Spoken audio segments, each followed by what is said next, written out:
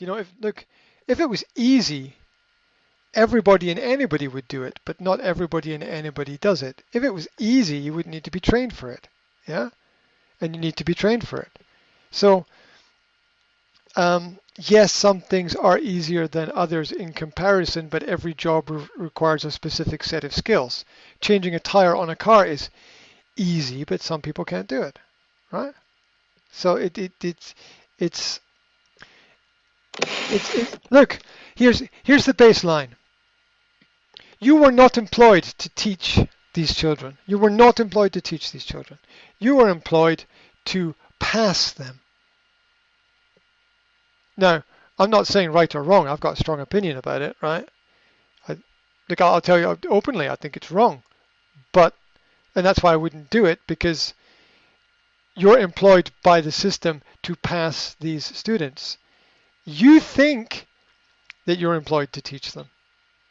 I'm sorry, you're not employed to teach them at all. You're employed to pass them. Because that's the symbol that the system is working. It's a symbol for the system. And the school wants you to pass them, and the administrators want you to pass them, and the students themselves want to be passed, because that's the progress from their perspective. So you're not employed to teach them at all. Not at all. You're employed to pass them. And if you don't understand that, you shouldn't be there. Because you're doing what you're not doing what you're being employed to do. Now, that's the subtext. In the official pieces of writing and contracts and unofficial papers, it'll be, you're employed to teach the children. But you're not. Let's be honest, you're not. You're not employed to teach them at all. You're employed to pass them. That's all they wanted. Yeah? And it's the subtext. You've got to be able to read the subtext of the employment, not the main text.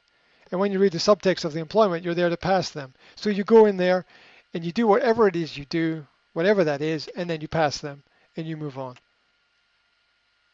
Because that's what they want. And if you don't understand that, you shouldn't be there. Which is why they kicked you out. I think everybody should be honest. And if you're honest with yourself, you're not the right person for the job. You're not convinced. Okay, that's good. That's good to not be convinced, because that's an honest position to take. So my point is that your perspective and the school's perspective are completely different. This is a conflict. Nobody is thinking about you. Do you understand? No one is thinking about you. It's a mistake. You think that they are thinking about you. They're not thinking about you. They're animalistic and they're protecting their territory. And maybe or maybe not, I don't know, maybe they see you as a predator on their territory and, they needed to get rid of you. And yes, but you got to have the smarts not to walk into their territory. And you got to be smart enough at your stage and age and place to not be making those mistakes. That's a basic mistake. Don't get me wrong, we all make them, right? There's nobody's immune to error, right? It's part of the human condition. But at your age and your stage, that's a fundamental error. You should be making that. You make that mistake between 20 and 30, and not after that, right? It's a basic error.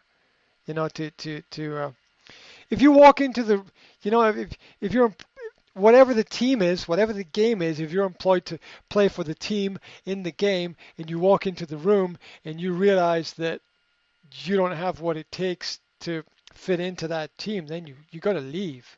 Not just for your benefit, but for their benefit as well.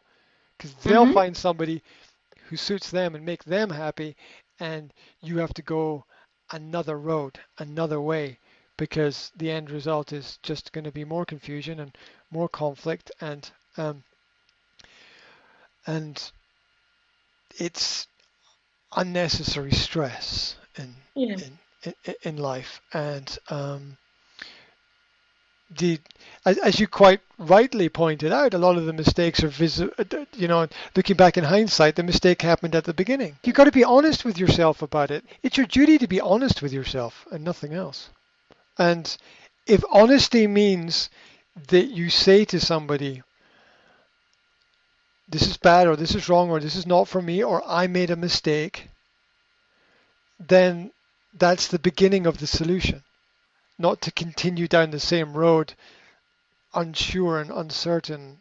Each situation has some kind of unique nuance about it. It's not if something is bad, you should turn around and walk away from it immediately. If something's bad, you should analyze why is it bad, and if you realize from your analysis that it's bad because I don't fit in or it's wrong for me, then you begin the process of getting out of there as fast as possible. Yeah. So you don't make the decision without an analysis and understanding of it, because it might be more complicated. But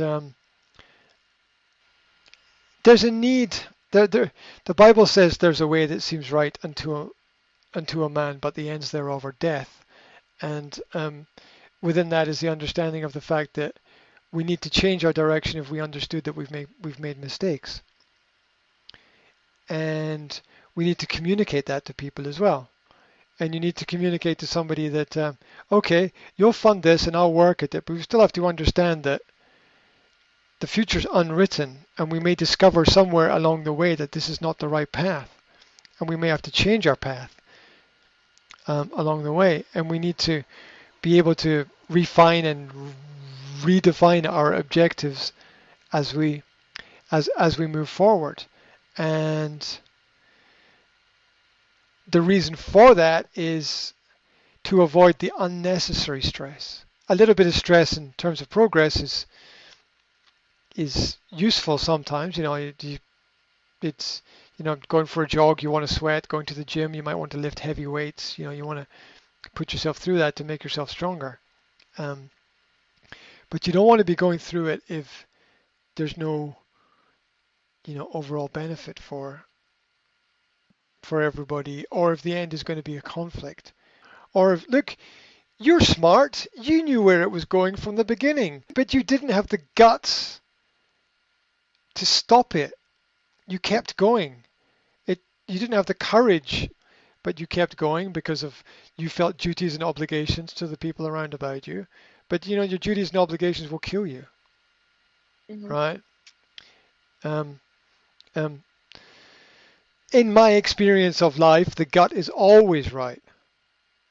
That's my experience. Now, somebody else's experience, maybe it's different, but that's my experience. My experience is the gut is always right. If my gut tells me that's wrong, I gotta act with that, even if I don't understand it. To the point where, it's like something's telling me this doesn't feel right. It's not right. Even though I don't understand this, I'm gonna listen to that. I'm gonna listen to myself. Now, that's not to ignore everything else as well, and to understand that we can be wrong as well. The biggest lies told are the lies we tell to ourselves, not other people. So that having the courage to change your direction, having the courage to have the open conversation with people, which is, I need to talk to you. I think I've made a mistake, but I need to talk to you and see what you think. See if you think it's a mistake or not. You need to tell people what your gut is telling you. And in my experience working with people, I've never seen someone's gut be wrong.